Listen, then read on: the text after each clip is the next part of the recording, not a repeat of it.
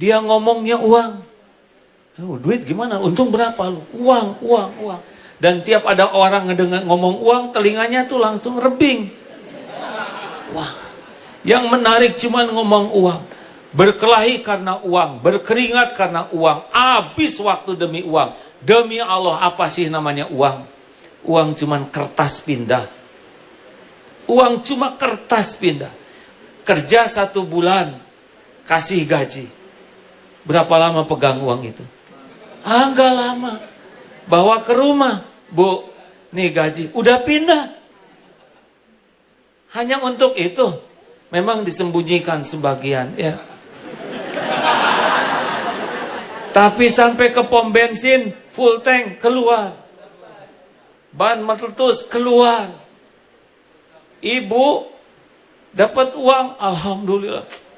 Berapa lama ibu pegang? Oh, belum 6 hari, Bu. Ini buat cicilan, keluar. Buat sekolah, keluar. Hanya 2 jam. Hanya untuk itu. Saya pernah dengar koruptor ngambil uang rakyat, disimpan di tembok. Lihat tidak, pakai tidak, megang tidak, hanya ngusap tembok. Ini kan sakit jiwa, hadirin. Sesungguhnya koruptor itu orang yang sakit jiwa.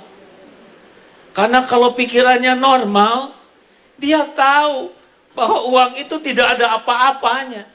Banyak yang menyembunyikan uang, disimpan di bank, lihat tidak, megang tidak, pakai tidak, hanya ada catatan. Catatan gampang. Mau saya bikin kan? Hanya catatan. Makan ya segitu-gitunya. Ayo silakan Pak, makan kambing guling. Kolesterol. Bang, kita makan sirup. Sakit gula. Ayo mau duren. Asam urat. Uang miliar-miliar. Merasa bangga. Siang malam hanya untuk itu. Dinikmati tidak, dilihat. Ini kan maaf ya, agak sakit jiwa sebetulnya. Karena jiwa-jiwa yang normal tuh ngerti. Uang ini adalah hamba dia untuk beramal soleh. Senang keluar uang, nolong. Ini bahagia, itu bisa sekolah, ini bisa lunas hutang, ini bisa ke Mekah, ini bisa beasiswa. Ayo, nah itu benar bahagia, itu normal, itu sehat.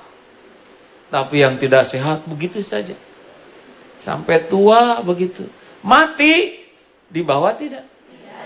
Ada yang matinya dikubur pakai gepokan uang? Pakai uang logam? Enggak ada, Bu. Mati sekejap itu jadi bukan milik dia. Makanya maaf, saya tidak mengatakan harus miskin. Tetapi jangan diperbudak kekayaan. Ada juga yang nanya, mau jadi orang kaya? Tidak. Beneran? Benar Pak. Saya kalau ditanya mau jadi orang kaya harta, tidak. Tapi kaya ilmu, kaya amal, kaya hati mau. Kenapa nggak mau jadi orang kaya harta? Tidak penting jadi orang kaya. Yang penting tuh setiap perlu. Bukan ada, Bu, cukup. Ada juga kalau nggak cukup pusing. Perlu 2 juta, adanya 2.000 kan stres, Bu. Jadi tiap perlu, cukup. Itu yang penting. Perlu buat makan, cukup. Perlu buat anak sekolah, cukup. Perlu buat beli rumah, ya kan penting cukup, Bu. Beli ganti kendaraan, buat ke Mekah, buat sedekah. Mau apa kaya kalau gitu? Tidak penting masa mau makan kaya, mau sekolah kaya, tidak. Yang penting itu cukup. Benar? Dan cukup itu dalilnya wa may yatawakkal 'alallah fahuwa hasbuh. At-Tolaq ayat 3. Barang siapa yang hatinya hakul yakin ke Allah, Allah tahu hati kita, dan tawakal, Allah satu-satunya pemilik rezeki, Allah satu-satunya pembagi rezeki, Allah yang membuka, menahan, mengambil, dan semuanya hanya milik Allah, hanya dari Allah, enggak pernah minta-minta ke makhluk. dia kerja jujur menjemput rezekinya, karena yakin Allah akan memberinya, Allah jamin akan cukupi. Beneran Bu? Orang kaya belum tentu hatinya merasa cukup. Benar? Orang kaya belum tentu hidupnya merasa cukup. Tapi orang yang cukup pasti bukan cukup. Kaya lagi, kayak dasar pengen. Teruskan. Jangan diperbudak oleh harta, ya. Kita tidak disuruh mencari rizki, disuruh menjemput rizki. Kalau mencari antara ada dan tiada. Kalau menjemput pasti ada. Yang dicari itu berkahnya. Kita udah selesai nih rezeki kita tuh. Dibagikannya udah selesai. Tapi berkah atau tidak tergantung bagaimana kita cara menjemputnya. Kalem. Apalagi yang suka memperbudak? Ibu apa? Hah? Enggak, ibu-ibu apa? Suami. Banyak kaum wanita yang menuhankan suaminya. Suamiku, engkau adalah segala-galanya bagiku. Musyrik, ya. Tanpa dirimu aku hampa. Dusta, engkau adalah cahaya. Tanpa dirimu aku dalam gelap. Lebay. Untukmu wahai suamiku segala-galanya. Musyrik. Suami cuman makhluk. Ada yang suaminya sudah meninggal? Maaf. Acungkan tangan, boleh? Udah pada meninggal? Maaf. Boleh sedikit acungkan tangan? Tidak keberatan? Masya Allah, ya. Ibu masih hidup, saya lihat ya. Masih makan? Masih minum? Masih berteduh? Kalau gitu suami bukan siapa-siapa, ya kan? Kalau suami segala-galanya, suami memberi rezeki, suami meninggal, pada meninggal ini istrinya. Suami itu cuma hamba Allah, ladang amal bagi ibu-ibu. Sebagian ladang rezeki dari Allah lewat suami. Suami nggak ada, Allah yang ngasih rezeki. Buktinya ibu-ibu malah tambah bahagia sekarang. Mungkin, ya.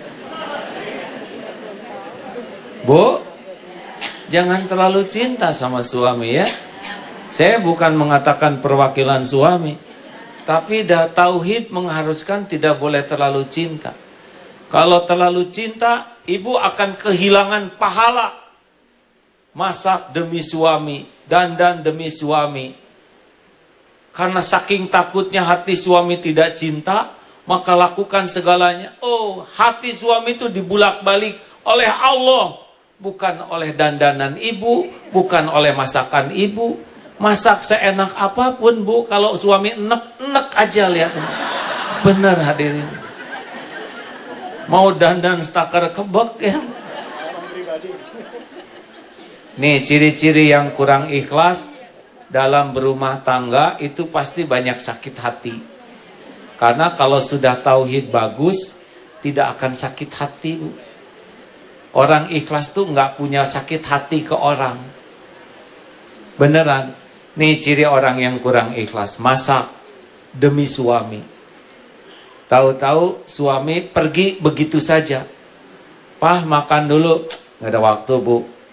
Pasti sakit hati. Suami nggak ngehargain jerih payah istri. Lalu manggil anak-anak. Nak, tuh gitu bapak kamu. Cari dukungan. Bapak kamu mah nggak punya perasaan. Ini udah akhlak buruk, Pak. Nggak punya perasaan, nggak menghargai sama yang jadi istrinya. Ditanya sama anak, kenapa dong ibu nikah sama bapak? Habis gada lagi, tahu. Ini lebih buruk lagi hadirin. Tapi bagi orang yang tauhidnya mantap, masak, udah niat, udah jadi amal. Kurang apa? Allah lihat enggak ibu masak? Kalau ikhlas jadi amal. Udah dibagus-bagusin piringnya, pakai dandanan masakannya, itu juga jadi ama. Enggak dimakan, memang bukan rezeki suami. Kalau rezekinya pasti ditelan itu. Suami pergi, dimakan aja oleh ibu, kenapa rewel?